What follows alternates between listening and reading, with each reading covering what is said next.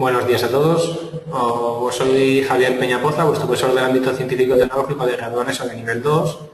Y ya que el próximo jueves 19 es festivo nacional, me he propuesto grabar la clase virtual que correspondería a dicho jueves y la colgaré hoy a lo largo del día en el campus para que esté a vuestra disposición a lo largo de esta semana.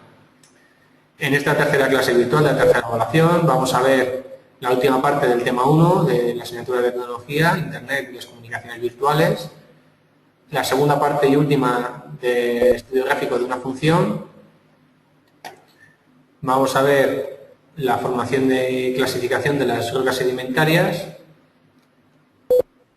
en el caso de la asignatura de ciencias naturales. Bueno, pues como viene siendo habitual en este tipo de clases virtuales, vamos a empezar a realizar esta clase virtual partiendo por la asignatura de tecnología. Para lo cual pues vamos a estudiar fundamentalmente qué son las comunidades virtuales y en qué se centran. Este tipo de comunidades presentan unas características generales y entre ellas se encuentran en que responden a necesidades particulares y que tienen sus propias características. Se trata de un sitio web en el que existe un reservado de información donde se registrarán los mensajes intercambiados por alumnos entre sí o incluso con el profesor. Y respecto a su estructura, suele tener frecuentemente las siguientes secciones: un área introductora, un área comunitaria de comunicación, un área de contenidos formativos del curso, un área dedicada a reflexiones sobre el aprendizaje a través de medios electrónicos, un área destinada a la elaboración de alumnos y un área de envío. Algunas de estas áreas pues, las podéis encontrar en nuestro propio campus virtual, por lo cual os puede servir para identificar cada una de ellas. Respecto al aula virtual, es la pieza básica de la educación a distancia y constituye un eficaz instrumento de comunicación y distribución del saber. A su vez, soporta diversos tipos de formatos, véase en texto, imágenes, audio o incluso vídeo. Como ventajas, pues permite el acceso a los cursos con libertad de horarios, ya que proporciona un entorno de aprendizaje y trabajos cooperativos, distribuye la información de forma rápida y precisa a todos los participantes y se complementa con la formación presencial y los soportes didácticos tradicionales, como podrían ser los libros de texto. Como inconvenientes, pues que requiere el dominio de una cierta tecnología por el usuario. También podemos encontrar un problema cuando el acceso a la red es lento, podemos tener una demora en la respuesta de consultas y los estudiantes deben tener un cierto nivel de autonomía, sin el cual pues, este tipo de recursos empieza a ser problemático de cara al estudio. Respecto a la actitud crítica y responsable hacia las tecnologías de la información, hay que tener en cuenta que las tecnologías de la información y comunicación, también conocidas como TIC, forman parte de la cultura de la vida cotidiana en todos los ámbitos. Pero tienen también unas ventajas y unos inconvenientes. Respecto a las ventajas, pues que tenemos una gran cantidad de información y documentación disponible en cualquier disciplina. Nos ofrecen la posibilidad de acceder a la información desde cualquier lugar, el tiempo ya no es un factor limitante y permite el flujo rápido y eficaz de información. Como desventajas, pues al no existir un control sobre lo que se publica en Internet, existe demasiada información basura, lo cual nos puede llevar a tener una pérdida de tiempo a la hora de localizar información que se necesita. También existen los llamados hackers, que pueden introducirse en los ordenadores o redes informáticas que no están bien protegidas. Y también tenemos el correo indeseado o correo basura, también conocido como spam, y una gran cantidad, también por otro lado, de programas informáticos que poseen el único fin de atacar y dañar ordenadores de los usuarios, los conocidos como virus. Por ello, es necesario asumir y promover un uso seguro, crítico y responsable de Internet, incidiendo en la información y educación de los usuarios. Para ello, pues podemos tener instalado un cortafuegos, también conocido como firewall, y un antivirus. Podemos instalar programas protectores que filtren la información. También existe la posibilidad de no divulgar información privada personal a través de la red, no seguir un proceso de compra ante instrucciones poco claras y podemos utilizar solo programas legales y evitar descargas de archivos de sitios no seguros. En cuanto al software, está sometido a un sistema de licencias para su uso, distribución, modificación y explotación, llamado copyright, que sería el conjunto de normas y principios que regulan los derechos de autor sobre la obra, y copyleft, fórmula de copyright que es nacida en el ámbito del software libre, mediante la cual el autor de un programa lo declara de dominio público, incluyendo por tanto el código fuente del programa, de forma que quien quiera puede usarlo e incluso modificarlo. Finalizado este tema de tecnología, vamos a pasar al estudio de la asignatura de matemáticas, la segunda parte del tema 2 del bloque temático 4, donde estamos viendo pues, el análisis del gráfico de una función. La semana pasada ya vimos algunos de los puntos importantes para el análisis y esta semana pues, vamos a ver, entre otros, pues, las simetrías y el crecimiento. Las simetrías en una función se dan respecto al eje de coordenadas cuando cualquiera que sea el valor de x de su dominio se verifica que la imagen de x es igual a la imagen de menos x.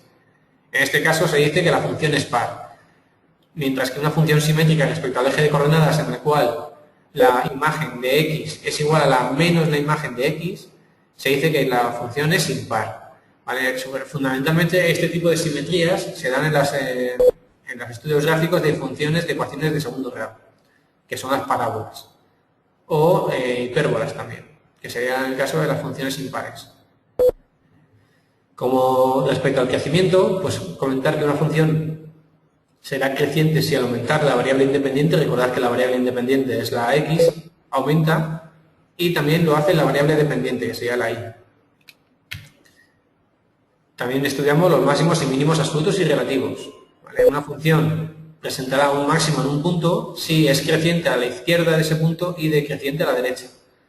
Por otro lado, tendremos un mínimo si la función decrece a la izquierda de ese punto y crece a la derecha del mismo.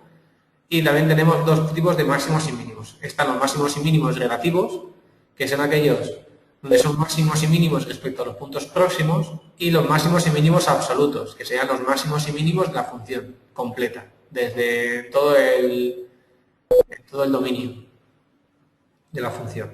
Y luego también vamos a estudiar este tema, los puntos de corte con los ejes cartesianos. El punto de corte con el eje de abscisas o eje X será aquel al cual, cuando hacemos la función y igual a 0, obtendremos el valor de x.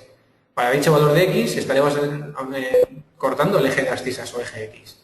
Y también podemos calcular el corte con el eje de las ordenadas o el eje y, para lo cual tendremos que hacer en la función x igual a 0, resolver la función que nos quede, para lo cual obtendremos un valor de y. Dicho valor de y corresponderá con el punto de corte en el eje de ordenadas. ¿Vale? Y ya con esto pasamos al estudio del tema 3 de la asignatura de Ciencias Naturales, del bloque temático 6, donde vamos a ver las rocas sedimentarias.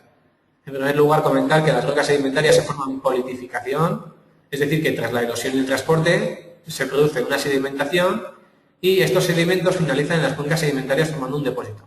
Con el paso del tiempo y tras sufrir procesos físicos y químicos como compresión y deshidratación, se forman estas rocas sedimentarias.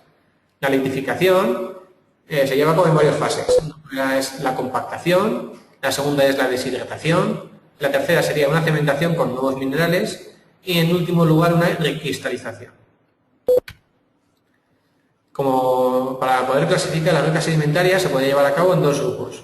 Tenemos por un lado las rocas dendríticas, que son fragmentos o clastos transportados al lugar del depósito en forma sólida y se clasifican según su tamaño, dando lugar a gravas, areniscas y arcillas, donde las gravas son las del tamaño más grande y las arcillas las del tamaño más pequeño. Y luego tenemos, por otro lado, las rocas de precipitación química, que son aquellas que se forman por precipitación de sustancias presentes en la cuenca de sedimentación. Por ejemplo, serían las rocas carbonatadas, las evaporíticas o las orgánicas. Como aplicaciones de las rocas sedimentarias existen diversos usos, y ya que su interés económico es muy grande y muy variable. De esta forma, podemos usar arenas que se utilizan en construcción para fabricar vidrio, podemos usar piedras molares, que sería una arenisca, como abrasivo para afilar cuchillos u otros usos o otros objetos. Tenemos también las bentonitas, que se usan como rocas absorbentes. Algunas calizas también reciben nombres comerciales, como es el caso del mármol. La sal común se emplea también en salazones, que es una roca sedimentaria. El yeso se usa en construcción y el alabastro en esculturas. Y la bauxita, pues es la mena del aluminio. Bueno, pues con esto daría por finalizada esta tercera clase virtual de esta tercera evaluación del curso académico 2014-2015 o esta 15ª clase virtual del curso académico 2014-2015. Espero que os haya servido de ayuda para poder saber cuáles son los puntos más importantes a estudiar en estos temas Y pues nada, recordándoos que este jueves que viene es festivo, os cito el jueves de la semana que viene para poder llevar a cabo una nueva clase virtual. Pues un saludo y mucho ánimo con el estudio. Hasta luego.